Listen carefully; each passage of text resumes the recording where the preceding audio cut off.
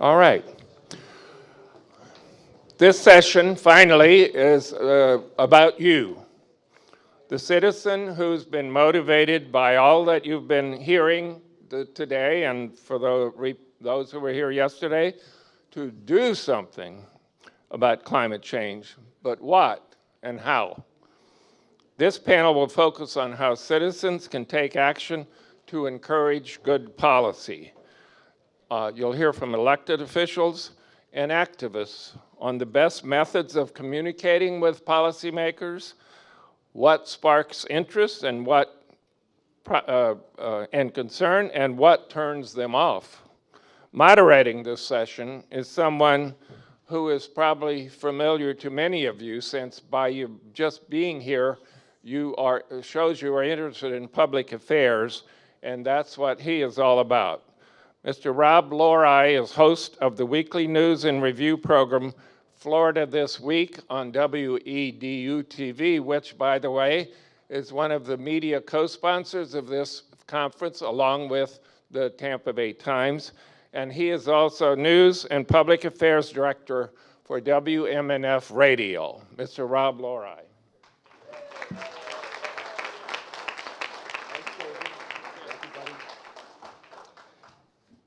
Well, good morning, everybody. Nice to see you. I come from Tampa, where we have a major waterfront development worth billions of dollars, about 10 feet above sea level, being built right now. And we have our major hospital, major regional hospital, right next to the water. Its first floor is about 6 feet above sea level. So this is on an island. Right, exactly. It's good to be here. Thank you, David. I understand that the Sea Level Rise Collaborative putting this program on exists because of a small group of concerned citizens said they wanted to do more than just talk about climate change. They wanted to do something to move the needle. So hopefully after this session, we'll all have a better idea about how to do that. I want to introduce Whitney Fung. She's with Physicians for Social Responsibility. Whitney is a third-year doctoral student at the USF College of Public Health. Whitney, welcome. The Honorable Bill Jonson is a former city council member in the city of Clearwater. Hey, Bill. And then Lisa Vanover is with the League of Women Voters of St. Petersburg. Lisa is an innovator, a relationship builder, and an advocate. Lisa, welcome. And State Representative Jennifer Webb represents District 69, which covers Central Pinellas and some of the island communities. Jennifer, congratulations, too, on getting elected. Each one of these panelists is going to speak on the topic from his or her perspective, and then we're going to discuss the issues in greater depth. And Jennifer Webb, if you don't mind, let's start with you. Sure. Well, as Rob mentioned, I cover all of the barrier islands from Fort DeSoto all the way up to North Reddington, and I have a lot of the Bay communities, so South Pasadena, Gulfport, and St. Petersburg. And sea level rise is not theoretical in my communities. When there's a king tide, when there's a full moon and a high tide, water comes up through the porous limestone substrate, and it makes it impossible to get home. And when we have not even a tropical storm, but just a heavy rain, my interior communities in St. Petersburg, in like West St. Pete, can't get to their homes because our infrastructure is in just disarray and needs a drastic infusion of capital to repair. And so those are some of the issues that I am working on. So sea level rise and red tide are the two biggest concerns in my community, and the things that I've sought to have an impact on in terms of what's good for the environment today and in the future. And so whether it's focusing on our lateral lines and making sure that our infrastructure is working properly, or investing in research protocol that would help the state coordinate and pull together to have collective impact when it comes to increasing our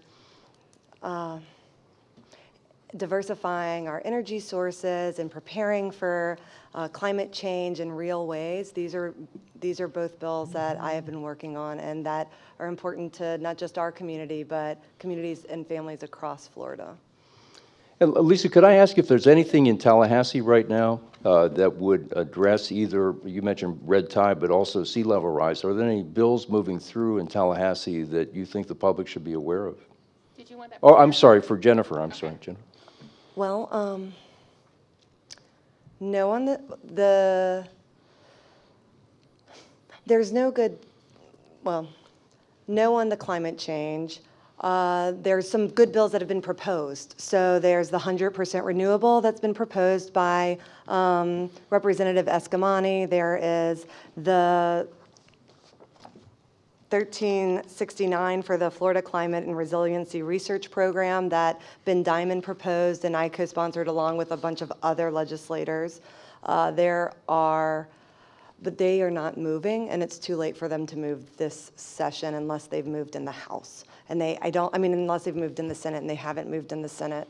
In terms of water quality, which there's a lot of good water quality bills moving. Unfortunately, my lateral bill didn't move in the House. It did move in the Senate. Senator Brandis is my co-sponsor in the Senate. In the House, we have some water quality issues focused on the Indian River Lagoon by Representative Fung, focused on Lake Okeechobee and that area by Representative Roshine. And that is, and then there are kind of smart city futures of kind of building infrastructure that would be good for pulling us off of gas guzzling cars and into electric vehicles and autonomous vehicles. So there's a 5G bill that Representative Fisher has put forward that would expand that infrastructure to allow for new and emerging industries in mobility and transit. And that's really, I mean, off the top of my head. And Jennifer, I want to ask you, not now, but Yeah. later, I want to ask you why these bills are not moving. But let's save that thought for just a moment. And also I want to ask you for next session, when we get Yes. to next year's session, how people can prepare for that. But I'll come back to you and ask you that. Perfect. Lisa, I don't know if I pronounced your last name correctly. Did Vanover. I? Vanover? Okay. Lisa Vanover from the League of Women Voters. Sure. So what I wanted to share with you this morning is the League's approach to doing advocacy and activism on any topic, but that specifically can relate in to climate change and to local projects. And that is specifically what I want to hone in on, a couple of local projects that we are working in coalition with our League partners in Hillsborough County and North Pinellas to work on. So it's... And some of this may seem a little bit basic, but I want to just make sure that people who haven't ever gone into the advocacy space, that they have a couple of the key tools to do that. And some of these are going to be literally how-tos, right? So first, of course, is doing your research. The League believes in doing effective study that might take a year, 2 years at times, depending on what the item is, if we're going to do a formal study. But for hot topic or things that come up on the spurt, we don't have that much time sometimes, but we are really engaged in reading the science and understanding the details of a situation so that we can talk intelligently and when we're talking with our representatives and other local governments. That's one thing. Second thing, you can follow key reporters, right? So who in the Tampa Bay Times, Creative Loafing, Washington Post, Wall Street Journal, who is making impacts in terms of their articles and bringing this information to light. So you can do a Google alert. Again, this is a how-to, but I have found it very effective in my advocacy work to keep track of the latest research and the latest information that's being published. And you can do that both for the people, the topics, and then that's going to come into your email.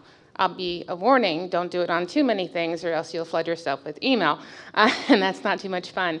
But that can help you be organized, and that can help you, when you're going into a meeting with your representative, that can help you really understand the latest information that they may have in front of them when they're considering information. So when you do ask for a meeting with your representative, it's really important that you hear them first, and that you ask, what are the things that are important to you? And then you try to connect in what's important to you to what's important to them. So if someone's saying water quality is really important, like Governor DeSantis has really made a focus on that, right? So how can I connect what I'm working on to what his core value is? And how can I leverage that mutual value, even if we disagree on 100 other things? I'm not saying we do, but I'm in my league hat right now. So, but even if we disagreed on other matters, how can we find agreement on this? And that's really critical. And then, of course, it's just being respectful, professional, and really having that approach where you are coming in as educated as you possibly can. And in terms of how you're having a meeting, ideally you'd have several people there with you. You would have the person who's going to be the primary talker. You're going to have someone there to take notes, because it's difficult to take notes while you're also talking. You would have someone there to remind you of time, so you can respect your representative's time.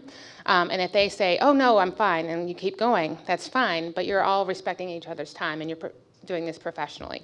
So that's the kind of the how-tos. On a bigger scale, I would say connect in with the league or connect in with the Sierra Club or many other environmental organizations that are out there. There's certainly a whole host of them in our area. And what are we working on? That would be another question. And how does that relate to climate change? So two big projects that I have on my plate right now. One is Tampa Electric Company's, so TECO's Big Bend Modernization Project, where they want to upgrade coal burners and add natural gas. Well, TECO's waterfront in a site that's intended to be, or not intended to be, unfortunately, likely to be underwater by 2040. So, and to counteract that, they want to raise their power plant 13.5 feet, and they want to build a seawall around it, which sounds to me like an island power plant in the middle of a hurricane. I don't think this is a great idea. I don't know about you. So we are working with, like we presented in front of an administrative hearing that Sierra Club had advocated to get, and along with many other people, the room was packed, all saying this is a really bad idea, we need to reconsider this. I think there were 9 people in front for it and like 150 people against it, roughly. So that went through an administrative hearing, but understanding what it is to present in front of an administrative hearing and really talking through the details and having the research behind it. And then that judge will take that forward to the governor's citing board. And so then how can we advocate and how can we have a social media campaign to catch the governor's attention and to get letters to that citing board additionally to their consideration in this decision-making process of whether or not we should continue have and amplify fossil fuels on the water in a spot that's going to be an island. So that's one example of how this impacts and how you can think of government projects or utility projects that government has to approve and really relate it right back to climate change, because sea level rise is in fact, it's coming. They see it's coming. They're trying to make a difference, and yet they're not really thinking about the health impacts of what happens when coal ash ponds are distributed across the bay. I live in Gulfport. I'm not waterfront, but I'm walking distance to water. So I could easily see a situation where coal ash is coming across the bay into my space, and now I'm contaminated as well. That's why we're looking at these from a regional perspective. So that's one example, Rob. I've got another later. Okay, all right. Bill, let's go to you next. And do you have slides that you want to show us? I do, but I want to brag on Clearwater a little bit. Okay. You've heard some people from St. Petersburg and from St. Pete Beach talk about all the wonderful things they're doing in their city. I get a chance, if you don't shut me down, I want to talk about some things that we've done here in Clearwater. In 1991, Clearwater, I think, was one of the first cities in Pinellas County to enact a stormwater utility fee. It started out as $3 per home per month, and right now it's up at about $15 per home per month, which provides quite a bit of funding to take care of projects to remove homes from the floodplain, to deal with water quality.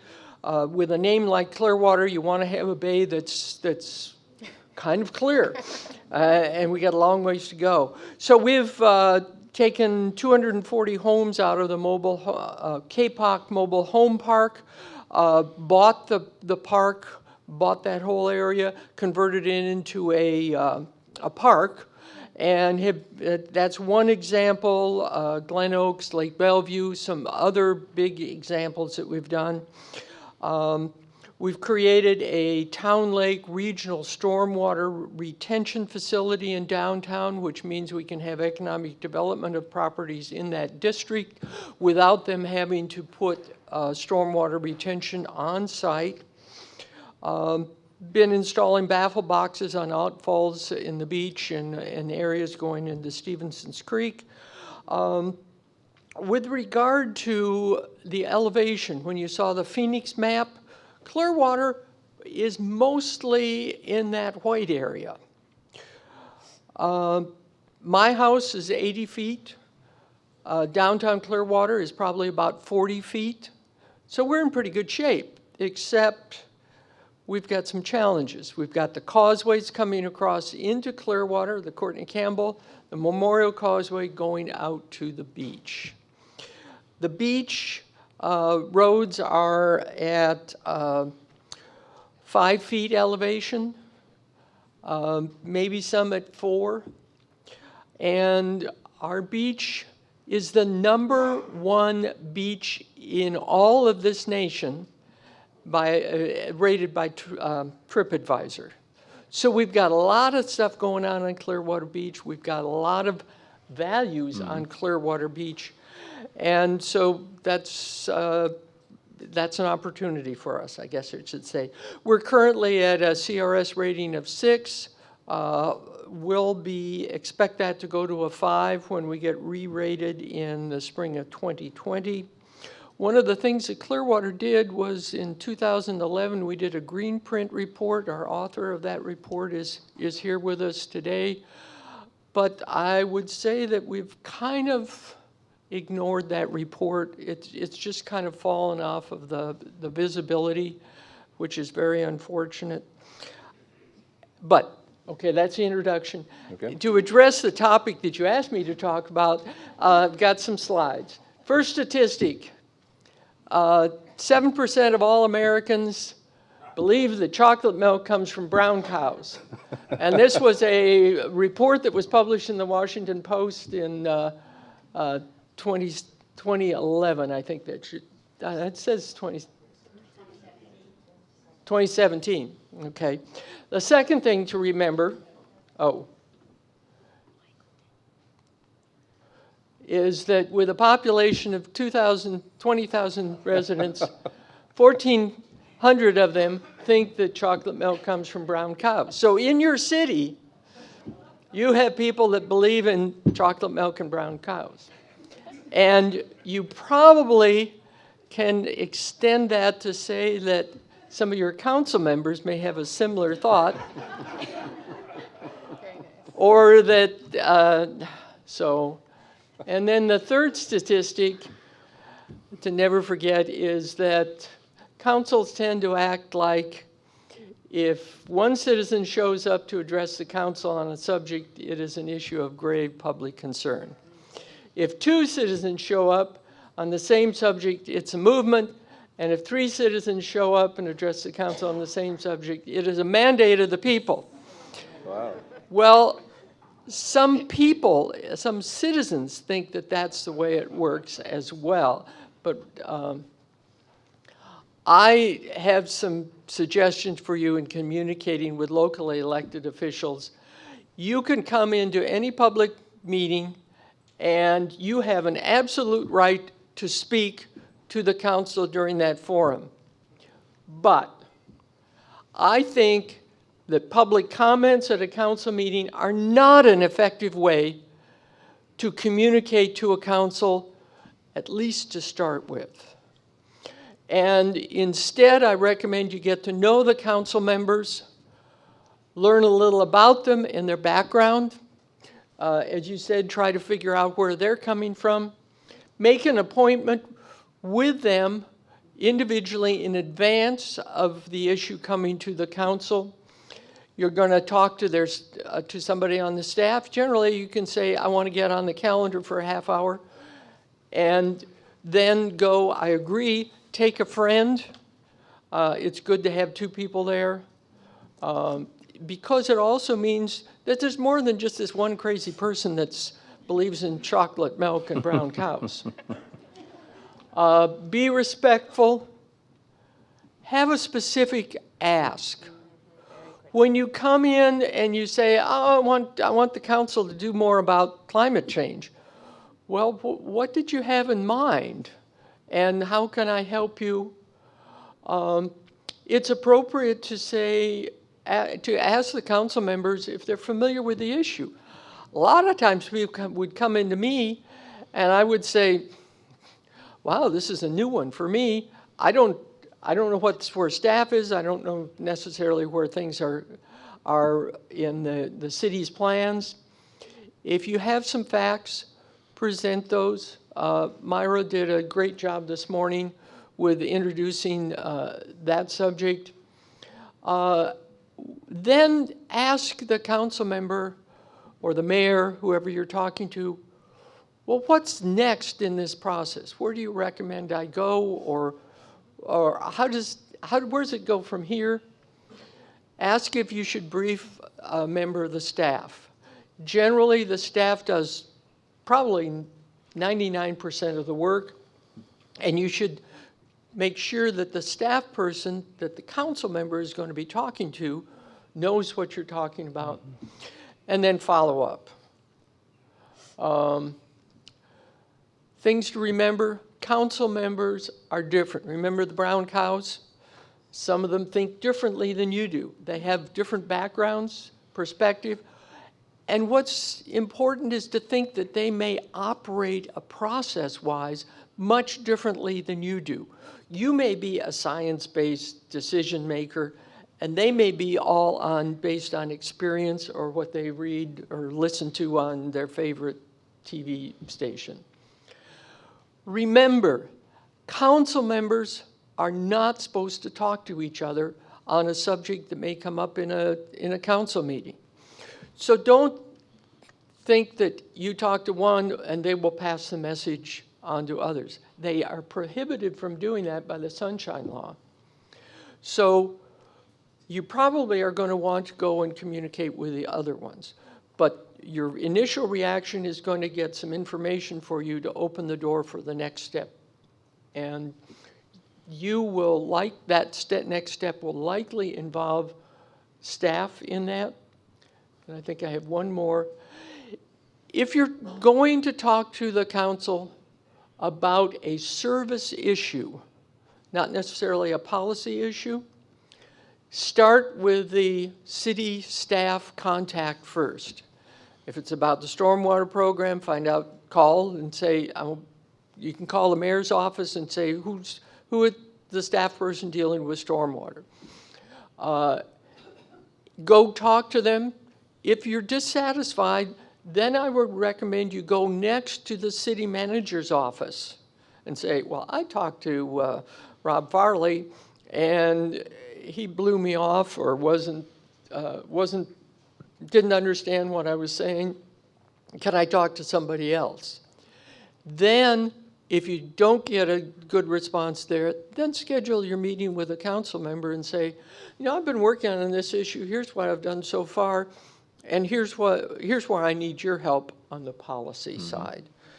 And as I was going through this, I thought about, well, what can a council member do based on the discussion that we heard today? The last panel, these were terrific panels, but okay, now what should we be doing in Clearwater? We are going to be starting a strategic planning session coming up in a couple of months, but what can we do? And I'm still trying to get that answer. Bill, you mentioned the green plan that Greenprint, I'm sorry, that Clearwater has. Do you still think that that's a good plan, and would that be relevant to what we've heard here at these sessions? And should Clearwater be trying to follow that, or is it too late? Oh, it's never too late to start a journey. The problem, I think, with that is maybe it was a little intellectual or a little We didn't bring it home. Was it a little and- vague, or? Well, I think it was more the kind of thing that we do in Clearwater too often is we do a study, we get a report, and then we don't follow up to take action. You're not the on only it. ones that do that. Oh, really? Really? To solve a problem, you hire a consultant and get a report, and then it takes so long.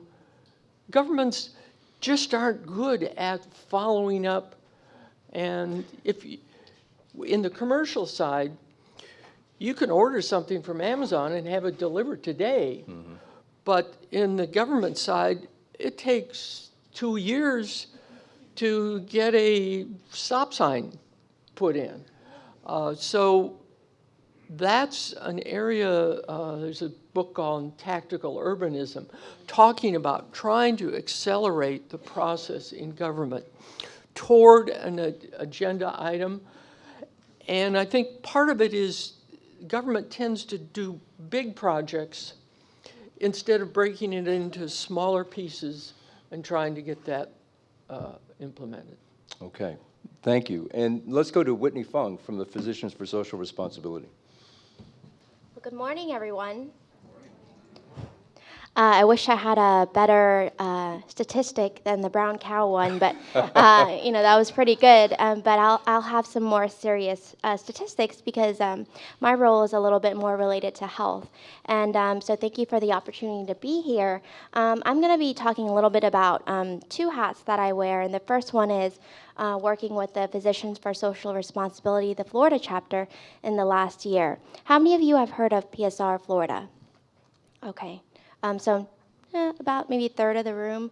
So here are some brief statistics. They were founded in 2008 in Florida. They do lots of different advocacy and outreach events. They do grand rounds, and you'll see here on different types of topics like fracking.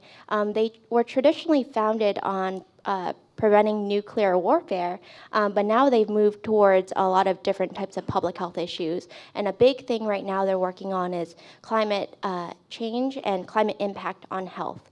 And so the reason why is they work primarily with the medical community, but now it's much more broader, and it's consists of the health professional community.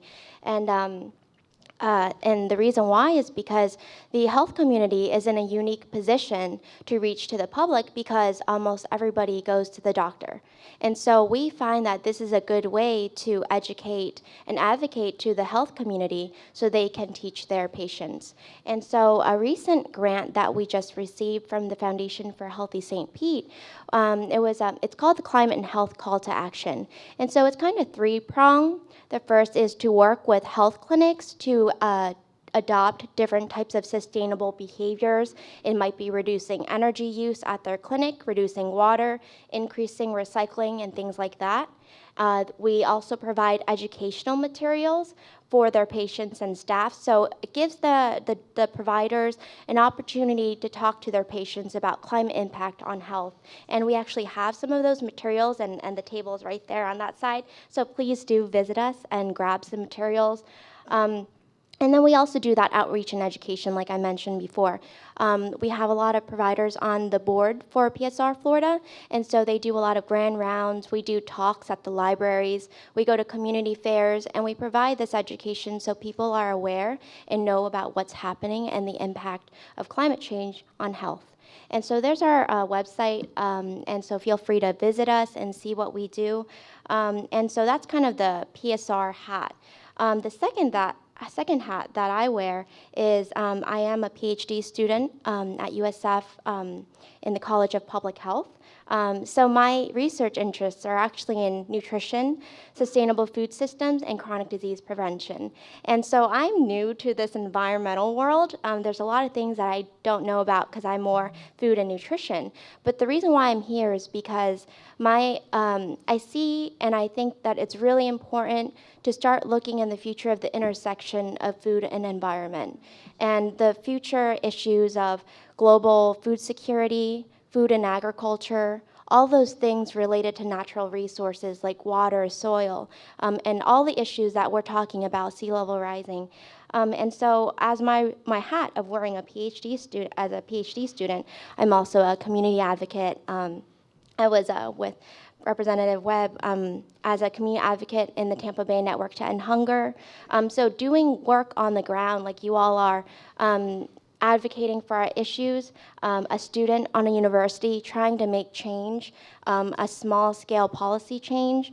And then lastly, it's to be that scientist to disseminate the science to inform policy. And, you know, as Bill here had mentioned, to make sure to know your facts is that science piece. And we are here as academics to help share those science and facts and information for you to inform our elected officials. All right, very good. In a few minutes, we're going to open up the floor and get you to answer or ask us some questions up here. But I want to talk first of all about relationship building with members of the legislature, with members of our city councils, members of our county commission. It would seem and Lisa, let me start with you. Could you coach us on relationship building? Because if we go up there and we have an issue in mind, and let's say that we drive 4.5 hours to Tallahassee and we knock on the door and we get to meet with a staff person, that's a little frustrating. But how do you, what are the building blocks of creating a relationship with the legislator? And let's assume this legislator is on the other side of the issue from, at least right now. We're hoping to convince that person to come to our side. Well, that's a challenging one when they're on the other side of any issue. But I think the first thing, to go back what I was saying to you earlier, is do your research and know their values, know their structure. So what have they published? What kind of press releases have they issued? What kind of, where have they spoken? And so know who this person is, so that you can understand and respect the work that they're trying to accomplish, and so that you can understand and respect where there might be opportunities for that connection and for that relationship. And so first, I don't think that going to Tallahassee first is your first step. You want to connect on the local level and say, ideally, this is your constituent of that representative, and ideally you're able to say, hey, I would like to meet with you and I want to hear your concerns. And you really want to have them list out what their concerns might be on a topic. So for example, fracking. Fracking right now, there's a ban on fracking that's a ban, in quotes, on fracking that is moving rapidly in both sides. And they are not including, was it matrix oxidizing? Yeah. And so that is the most likely version of fracking to be used in Florida because we have a limestone hydrogeology. And so to not include the one that is likely to be used is really not a ban on fracking, is it? It's just a bill to say that we're banning fracking. So we have to really put that out there. And then we have to say, well, okay, how can we talk with this person in a way that reflects what they might be interested in? So maybe they are being funded by people in the natural gas industry. That's entirely possible. But I think what you need to do is bring it back to one of their values that they talk about over and over again, and have a conversation about water, have a conversation about public health, have a conversation that takes it away from the economic side of their possible benefit and looks at how are we going to be able to go kayaking?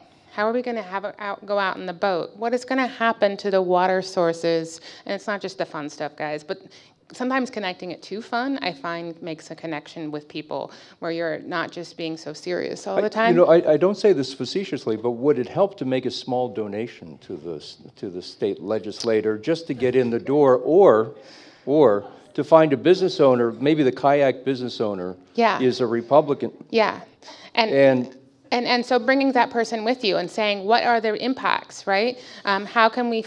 You want to build a coalition of people who don't necessarily think like you, but have a shared goal.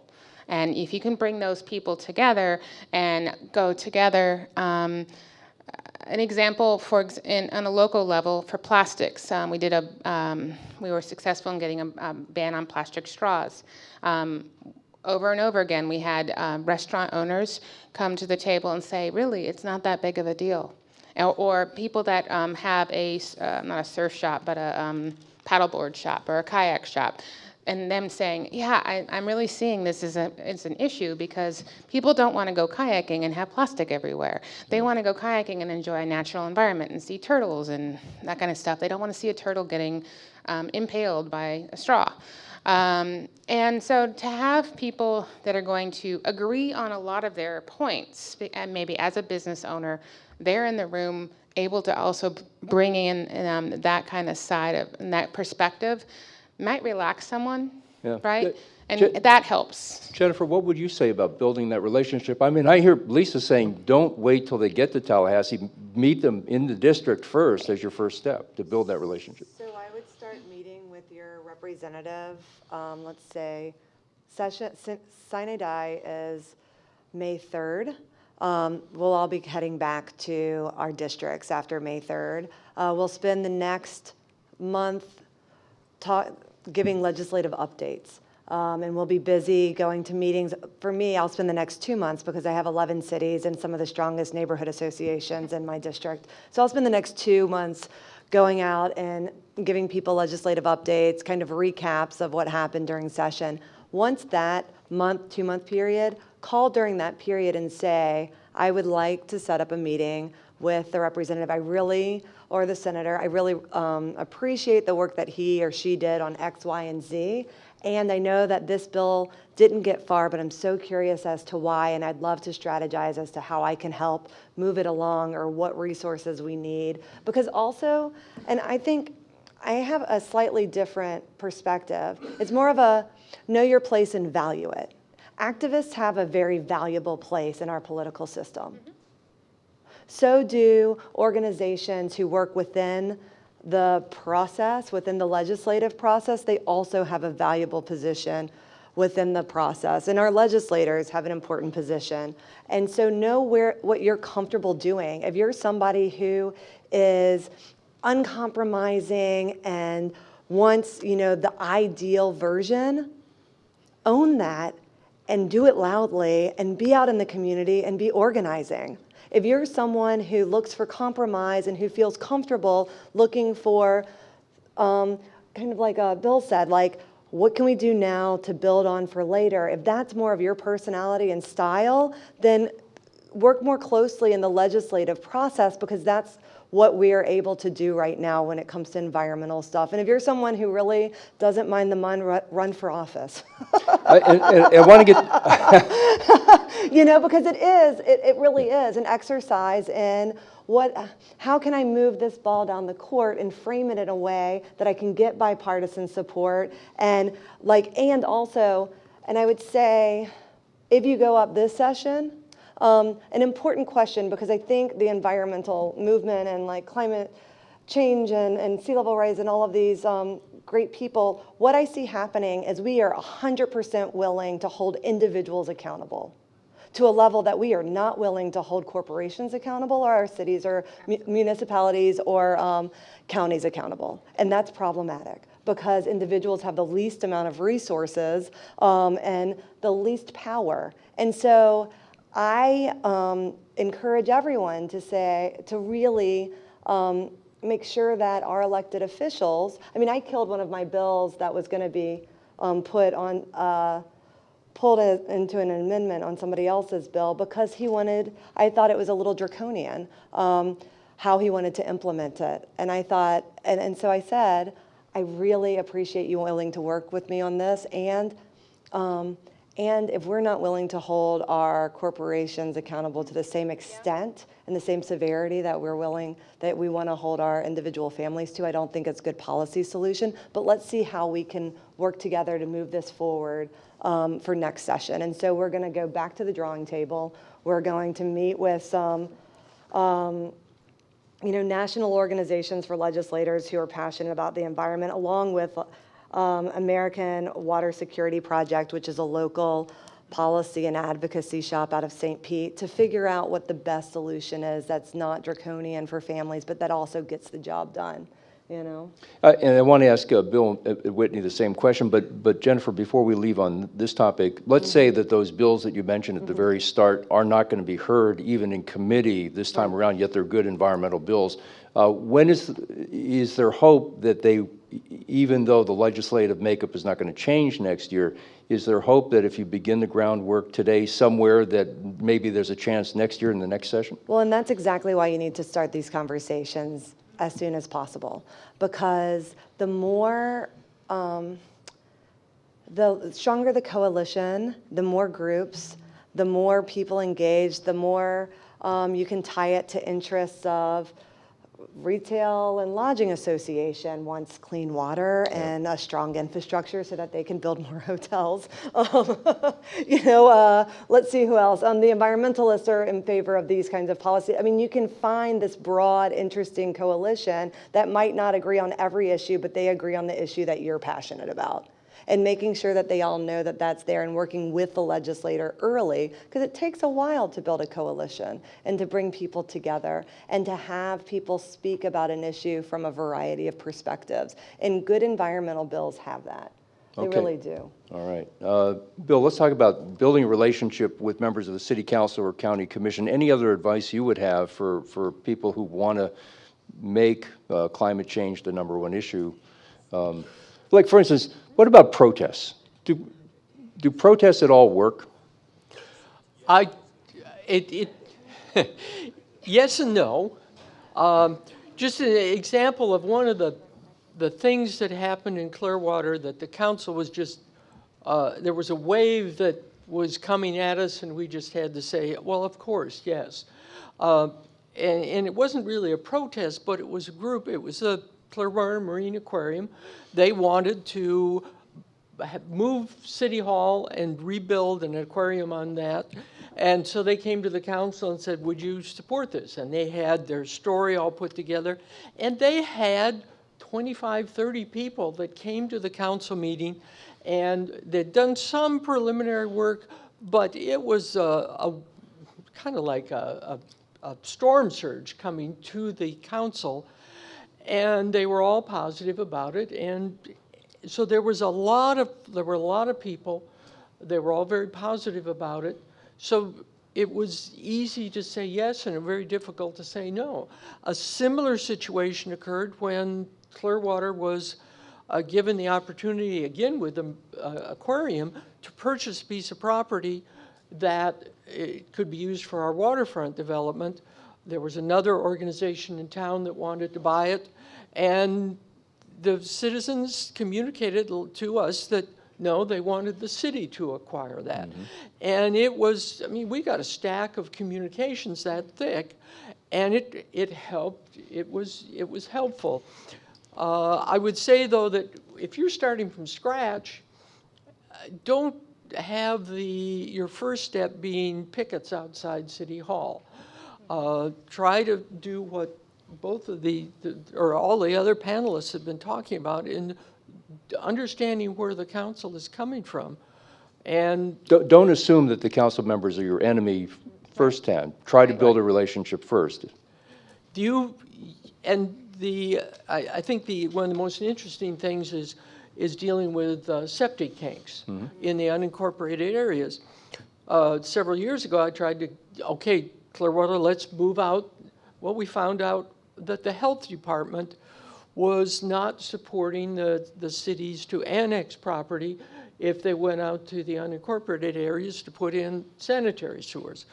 Okay, and that was kind of really blocking the road for implementation of this.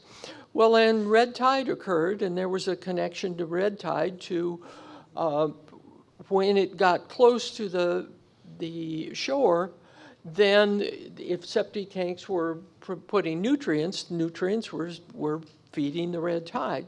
So now we have folks up in Tallahassee that are connected to say, well, we should take the control of septic tanks away from the Department of Health and put it in the Department of Environmental Protection, which is a legislative solution to something that kind of a quirk of nature. Why would the health department not want to see septic tanks replaced? So it's finding that connection, but also it's the time may not be right.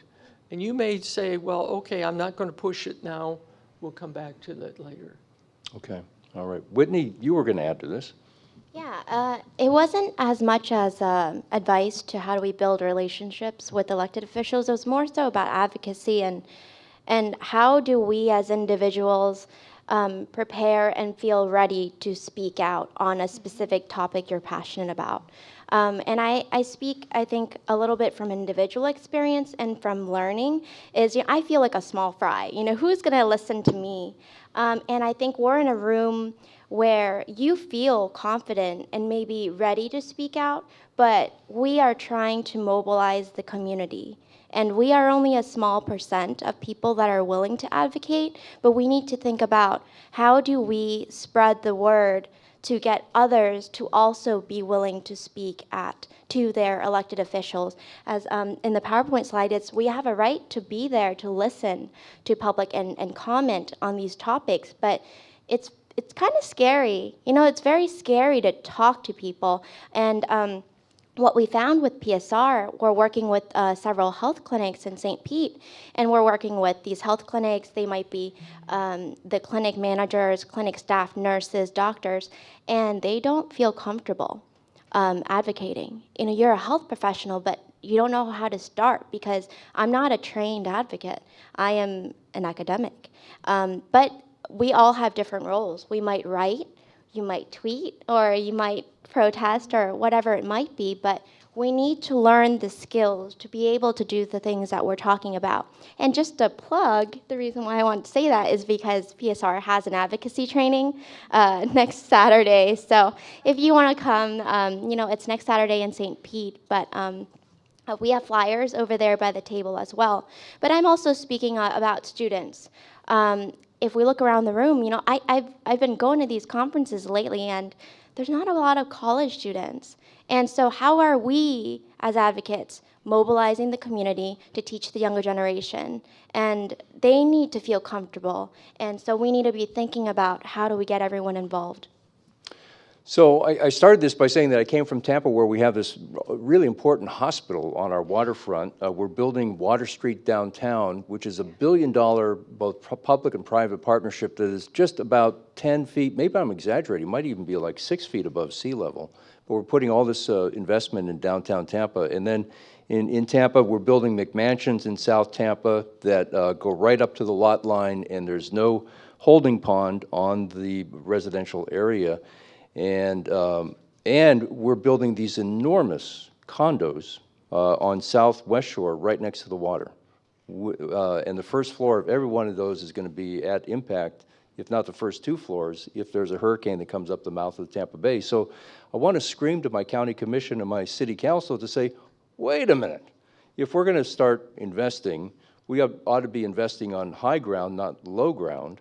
I mean, I understand why people want to live along the waterfront, but how do you communicate that to, especially city council, county commission, and the legislature, that maybe we ought to pull back a little bit from the waterfront, and why there are not holding ponds in lots where there's a McMansion.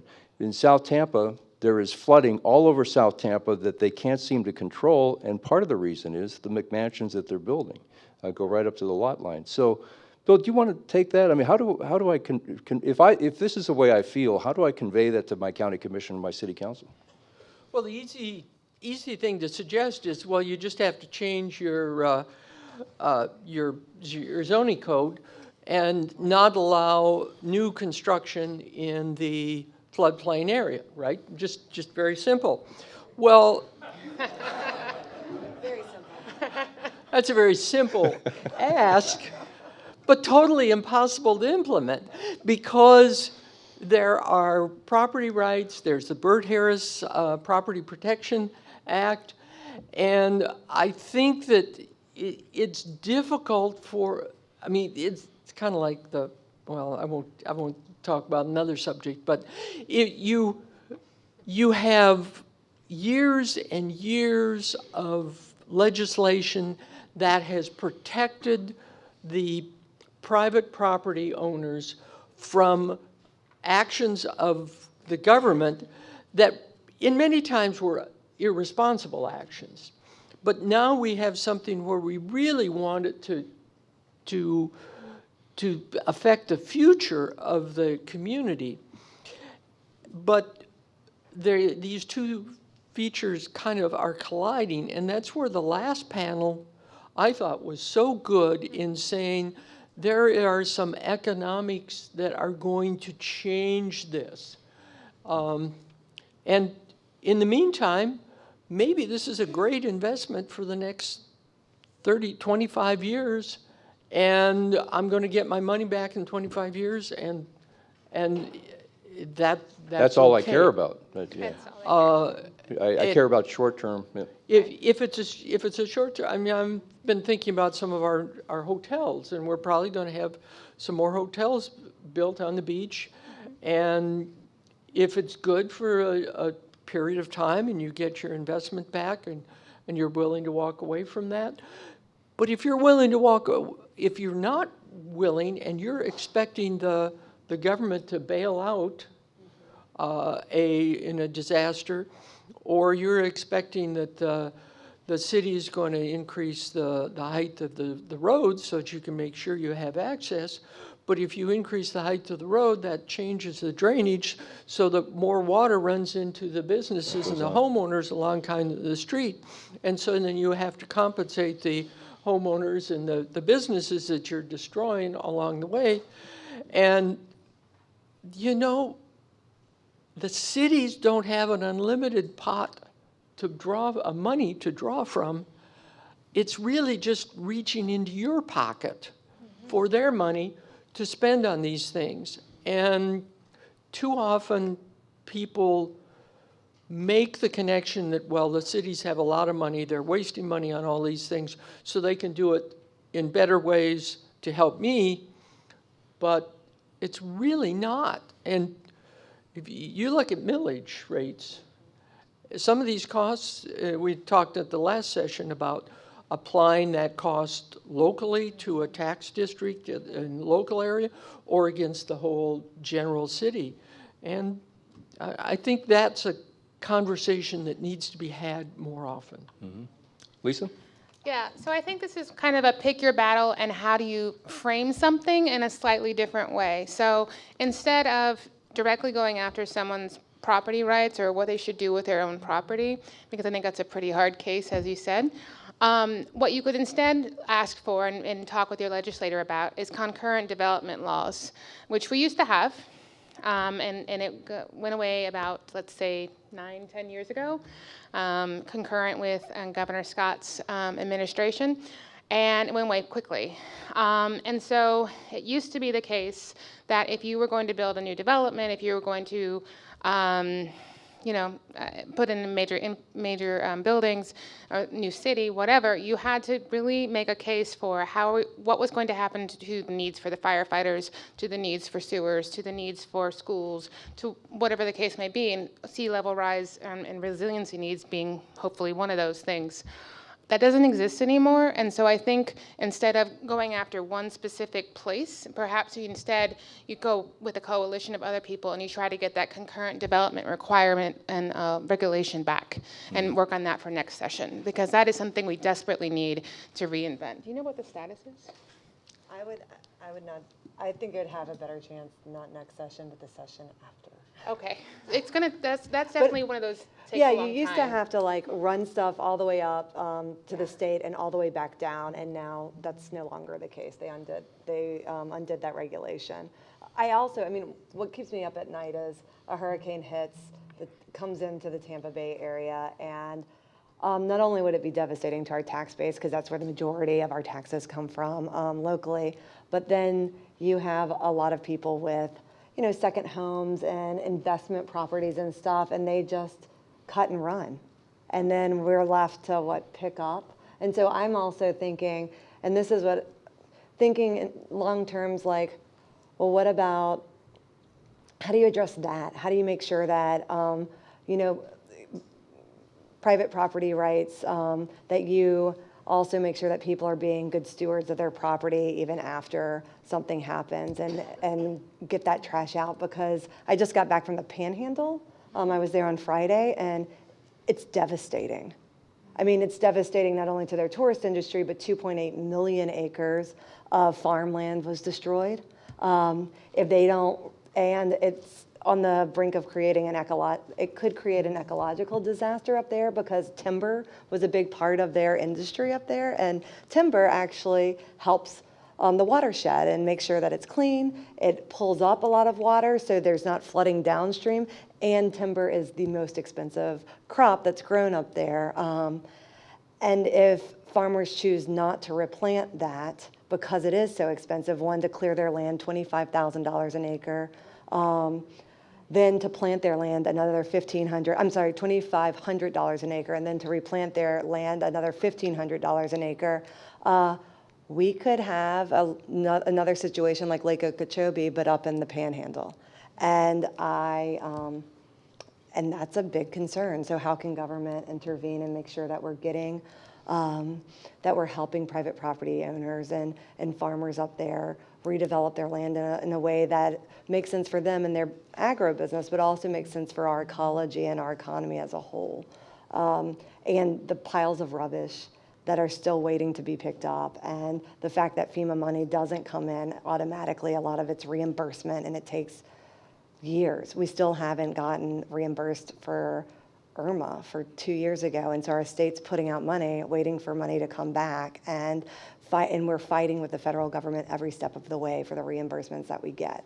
And so how can we start conceiving of plans that prepare us for this, because this is our new reality. This is what climate change looks like in Florida. And to not plan for something that is an annual occurrence or has been an annual occurrence is, I mean, I help develop businesses day in and day out. If an external threat was an annual occurrence for a business that I was working with, I would say, you need to plan for this. And you need to figure out how you can inoculate your business against these external threats, or you need to do something else, because that's just sound planning sense. And we need to, and there's a lot of talk in Tallahassee about being pro-business and making sure, the CEO of our state and all of this stuff. But when it comes to planning, we haven't seen a lot of that, especially as it intersects with sound environmental policy planning. If I can add something really quick on framing. Lisa mentioned framing, and how do you frame your argument to persuade someone not to develop on the waterfront or downtown Tampa? And in public health, we call that the so what. So what if your family can't take your kayak out to the water? Well, that has a lot of so what implications. That has health implications. So what if there's trash on your backyard? Well, there's a lot of health implications in terms of the heat, in terms of the quality of the air, in terms of diseases related to water left out. So I think we were mentioning collaboration, and that's why we need to come together and tell our elected officials the so what of one specific issue. And even though it might be development in downtown Tampa, there's a lot of different implications for the community. Mm-hmm. Whitney, you don't drive a Prius, do you?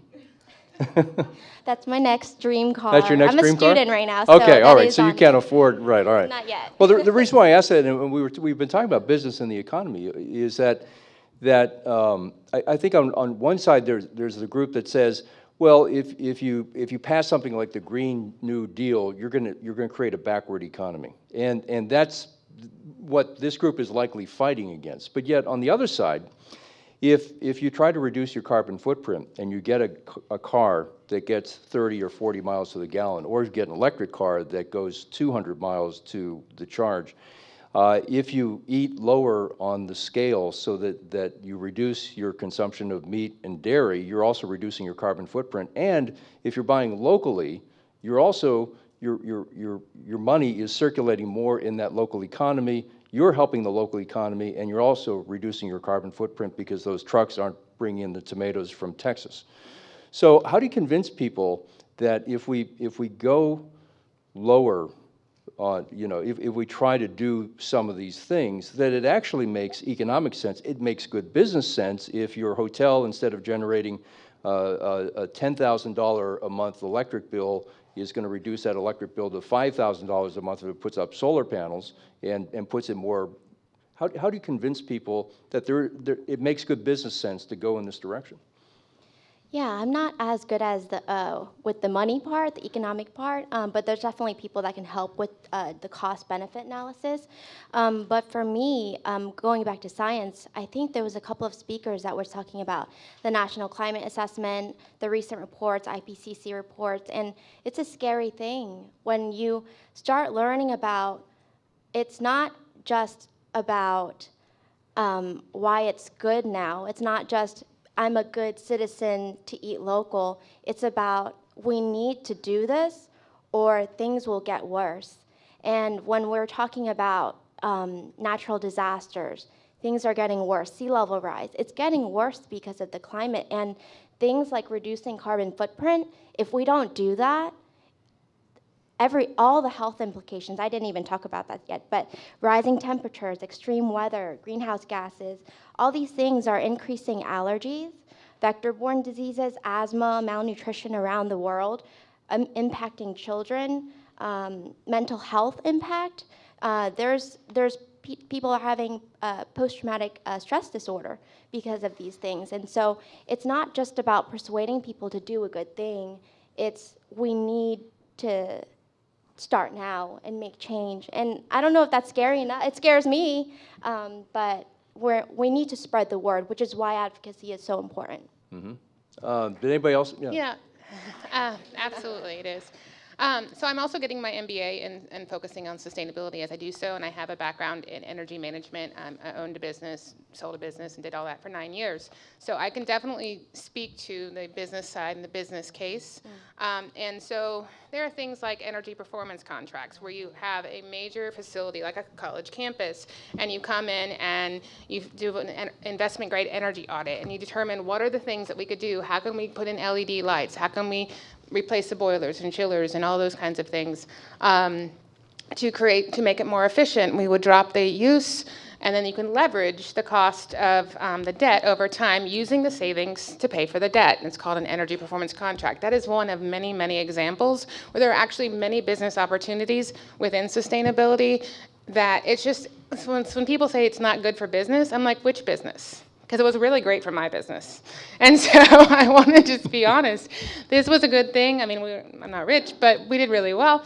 And so, it's really looking at who is talking about what is their interest, what are their business interests, and what are the alternatives, and how can we promote those alternatives and have government, and what kind of subsidies are those big oil and other kinds of groups getting, right? And so what is their real cost of doing business when you add in their subsidies? And then how can we look at the businesses that are in the green space, give them subsidies, make them more competitive? For example, that you mentioned the Prius and EVs, you have that tax credit. How can we continue doing things like that? So I think there's definitely a business case to be made, and it's strong. Mm-hmm. Jennifer? So the other concern that I have is and this is where our current policy structures and revenue structures aren't keeping pace with the changing economy or changing environment and innovation. Right now, we repair our roads and bridges with the money that we collect from the gas tax. As CAFE standards increase and as people transition from gasoline-based vehicles to electric vehicles or hybrid vehicles or autonomous electric vehicles in the future, how are we going to pay for our roads and bridges? How are we going to raise our streets or do infrastructure projects that are necessary when we don't have a revenue stream? And so making sure that we are addressing those policies. The other thing is, I'm going to say, legislators are doers. So when you give worst case scenario about how doomed we are, most legislators will shut down. And they're just like, oh gosh, I can't even wrap my head around that. I'm here for 8 years. Mm-hmm. What can I get done to help be part of the solution in 8 years? And so when you're thinking about messaging, also, so your strength is you're here longer than 8 years. Hopefully this is something that you're passionate about, have been passionate about, have been researching. you can be part, you can provide some of the solutions to legislators. You can help them chunk it down. You can help them have confidence that what they're doing will lead to broader solutions that somebody 8 years from the time that they're out of office can still be running with and building on. And that is really powerful because we don't have that continuity in the legislature any longer. And it's direly needed. And so there's a lot of hope in what you can accomplish and the role and the important role that you can play going forward. So we've got, I think we have about 10 minutes left for questions. Does anybody have a question that they'd like to ask our panel? Maybe go deeper into something that we've talked about. Let's start in the back and then we'll move up front here. And David's got the microphone. Yeah, thank you for your presentation.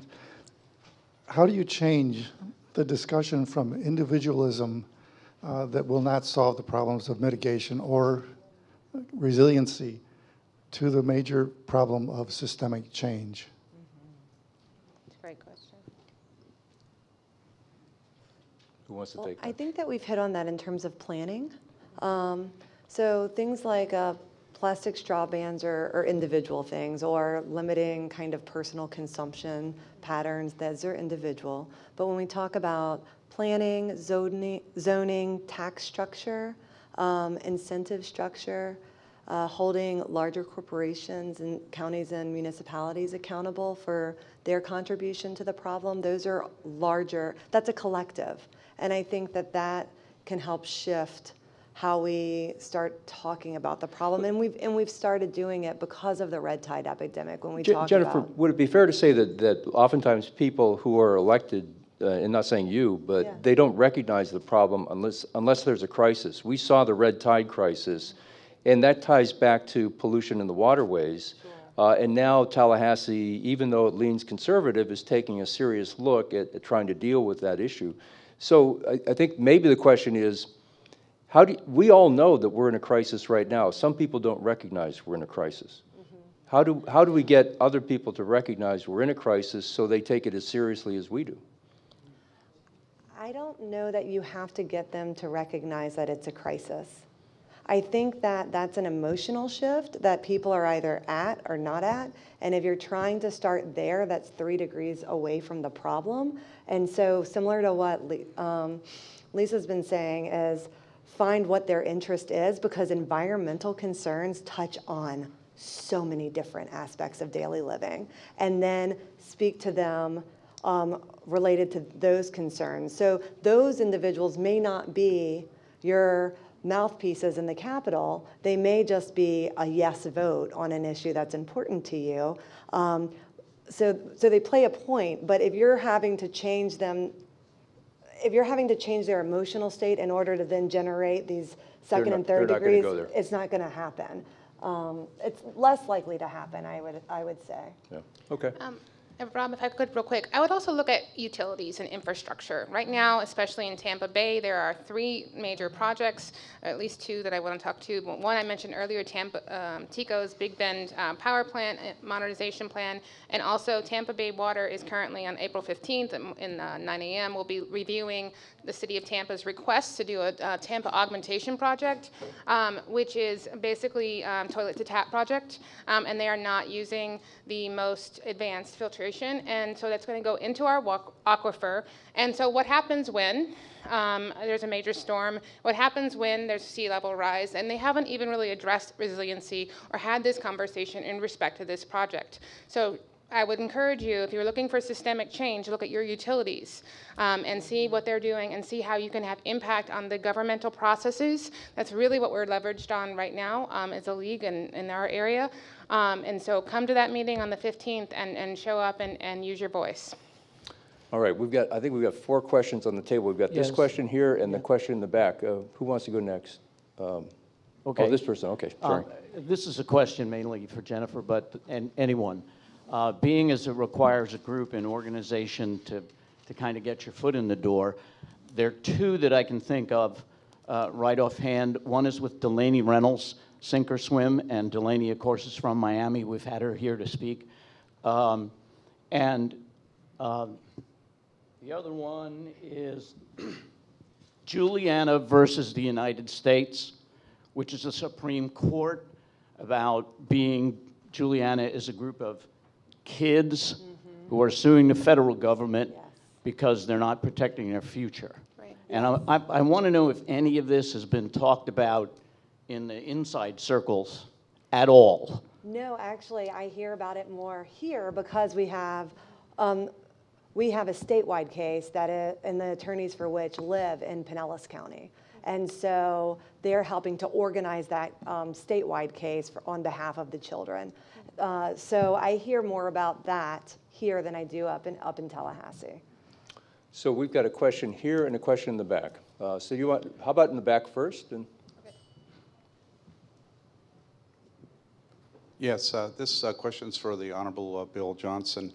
On a matter of history of something that took place in the past, and to try to understand government's thinking, particularly the city of Clearwater, I may be framing the question a little awkwardly, but in view of the environmental impact and congestion in our county, particularly in my area, what was the reasoning of turning over a large uninhabited space in what is now a McMansion, Alexander at Countryside off the Belcher Road and State Road 580, which was a large, beautiful, empty track, one time a golf course, and now it's just added to unbelievable congestion.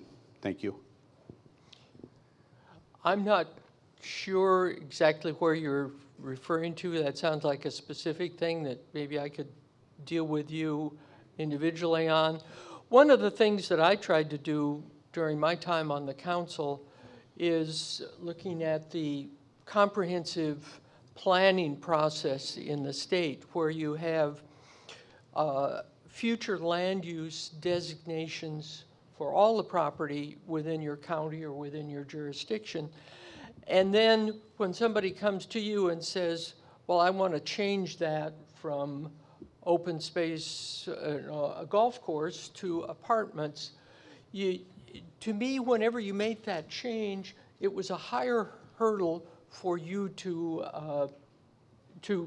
convince me of, rather than just somebody that's coming in with an existing conforming use and you're just building on an empty lot. We had several instances where I was the dissenting vote on, no, if it's a future land use, said it was going to be this way, and people bought homes around that area based on what that future land use was, then let's not change it to increase the density of that property. And some of my colleagues didn't agree with that. So it gets to the accountability of our planning process and the state planning process, that if you're saying you're going to do this, and yes, you may consider making a modification, but give a lot of weight to that, what you said to the public you were going to do. yeah, that makes sense. All right, we've got a question right here. Thank you. When Maya Burke presented kind of an overview of the National Climate Report this morning, there was reference to the likely effects of climate change and then uncertainty and trends. People really don't understand uncertainty and trends from my experience, but they have some notion perhaps of likely effects. Those things that are more likely to happen are things that they believe then are going to happen. But even if they care about those, they think, well, that's not really going to happen to me.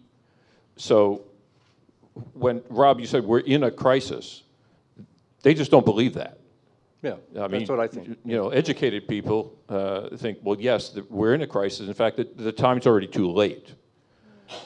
And it brings me to a notion of tragedy of the commons, that we're in a crisis because the notion is that whatever I do doesn't really affect the world or the larger space around me. I don't really have an impact individually. But when all of us do something, it overwhelms the system, and that's when the impact comes back to me, and then it's too late. So, you know, the tragedy of the commons has been an issue that's been around for 200 years. If you look back in the literature, and in fact, it eventually led to a Nobel Prize in economics. So it's the idea that people just don't understand. And does that have any place in the public discussion? Yes. Are y'all familiar with this idea, and how do we bring that to people's awareness that yes, everybody does have an effect, but it's the cumulative effect. I mean, is that just such a high concept that nobody gets it? How would you describe for us the tragedy of the commons? I mean, it's, you know, it originally came up with a competition for the public space. And, you know, if you think of, we each want to go out to the public park. It's a big public park. We all should be able to go there and use it freely. Well, when everybody wants to go to the park at the same time, then there's too many people there for what used to be a big park if there's only one of us. Now it's a very small park because everybody shows up at the same time. Well, So now we're we need overwhelming the ability of that it's park. overwhelming the capacity of the park. So now we need a bigger park. Well, there's no more space for the bigger park because we all live around the park. So what is literally the common area, the common green space, is overwhelmed. So who should not be allowed? I think that's too big of a concept for some of our politicians. Right. So who is it that we don't allow to come to the park? Do we say, well, you get to go on Sunday, and you get to go on Saturday, and you get to go on Tuesday? And one of our politicians is not Jennifer. But it seems that what we're doing is we're externalizing, we're using our atmosphere as a garbage dump. And we're using it, and nobody pays attention to the fact that we're using our atmosphere as a garbage dump. And everybody has access to the garbage dump or the atmosphere, and yet nobody thinks it's a crisis that we've elevated CO2 levels to such high levels that they're historically high, that we've, in the last 100,000 years, we haven't seen CO2 levels that high.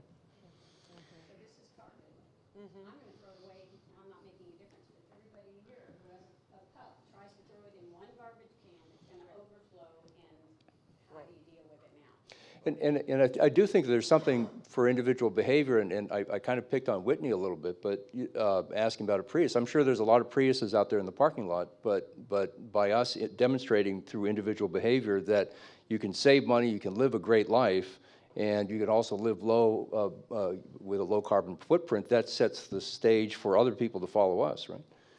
So I was an anthropologist.